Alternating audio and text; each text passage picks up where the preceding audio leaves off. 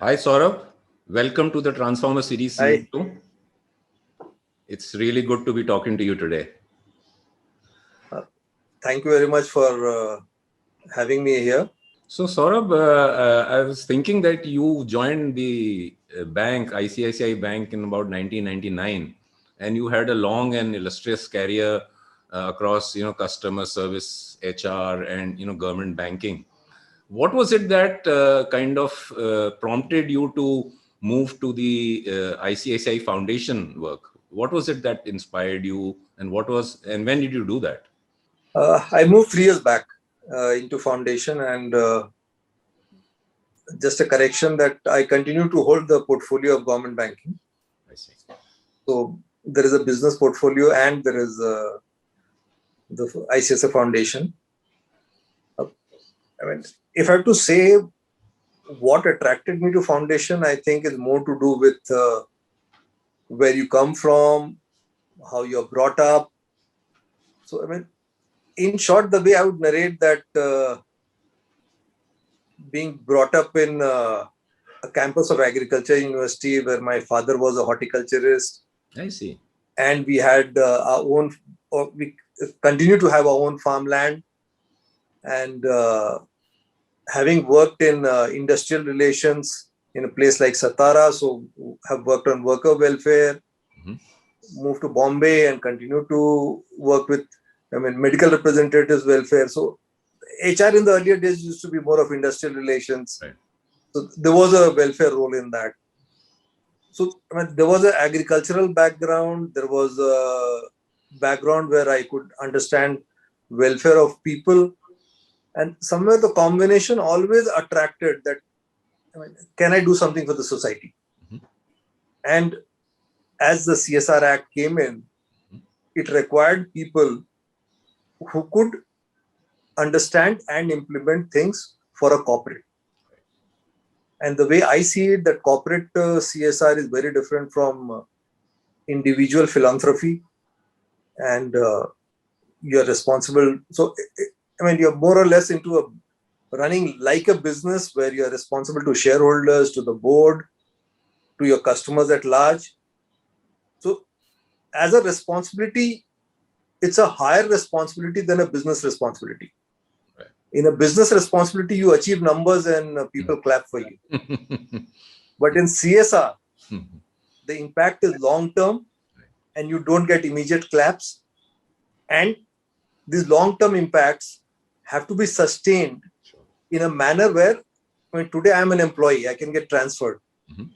So someone else will come after me. So, how do I create systems and processes within CSR which will continue irrespective of me?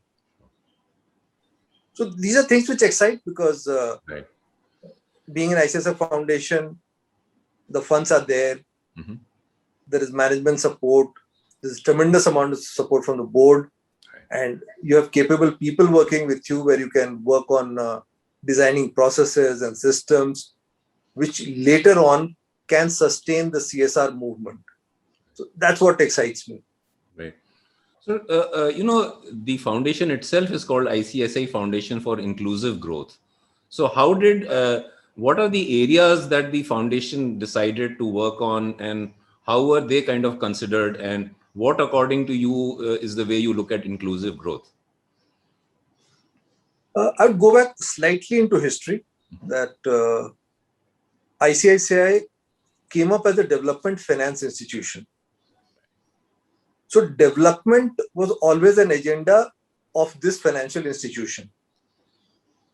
And our predecessors, every chairman and managing director, if we look back, have done things for the society, irrespective of the responsibility they carried. And the act came much later. Yes. Our foundation itself was registered in 2008. So our foundation is before the act.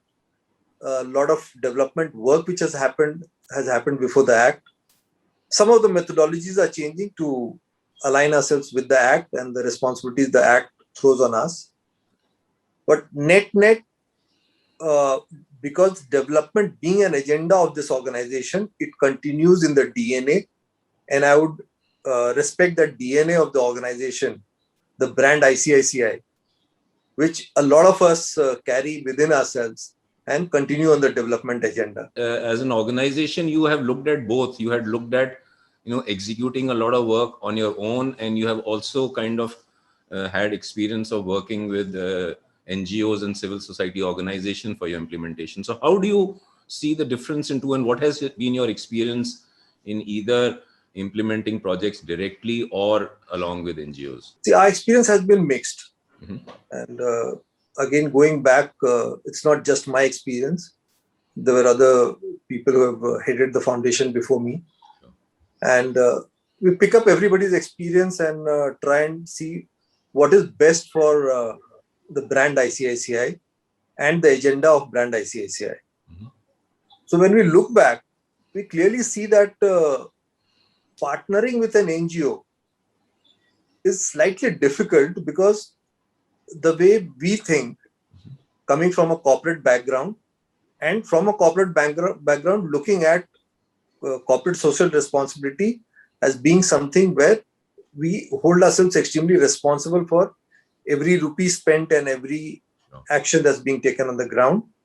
And we hold that anybody and everybody can review the brand for whatever actions we are taking on the ground.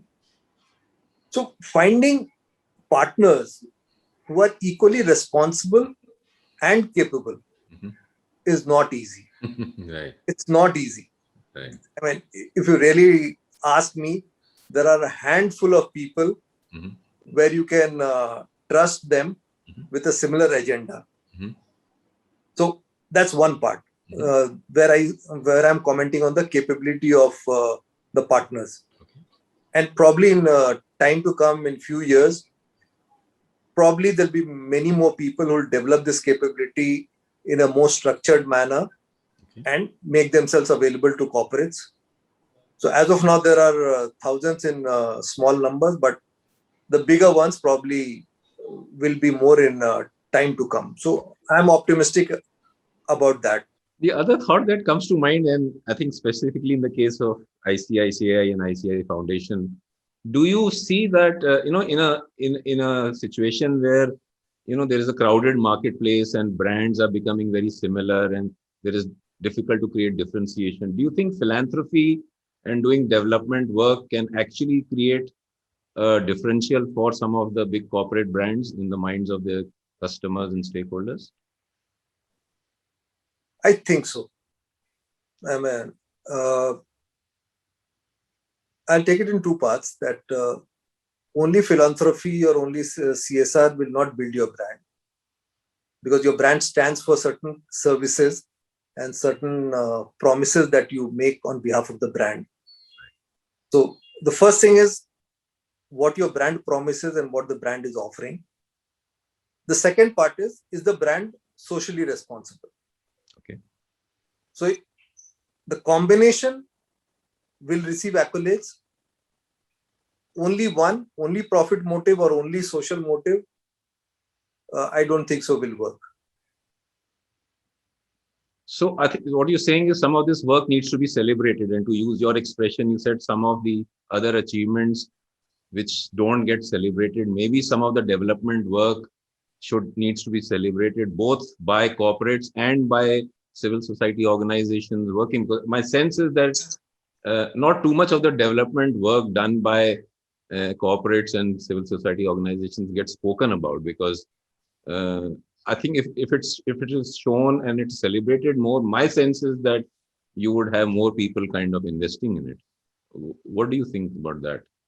Uh, my feeling is that the entire CSR movement is in nascent stage, and it has had its own hiccups, and it's stabilizing well, and the new guidelines and everything. Going forward, we'll see it mature much better.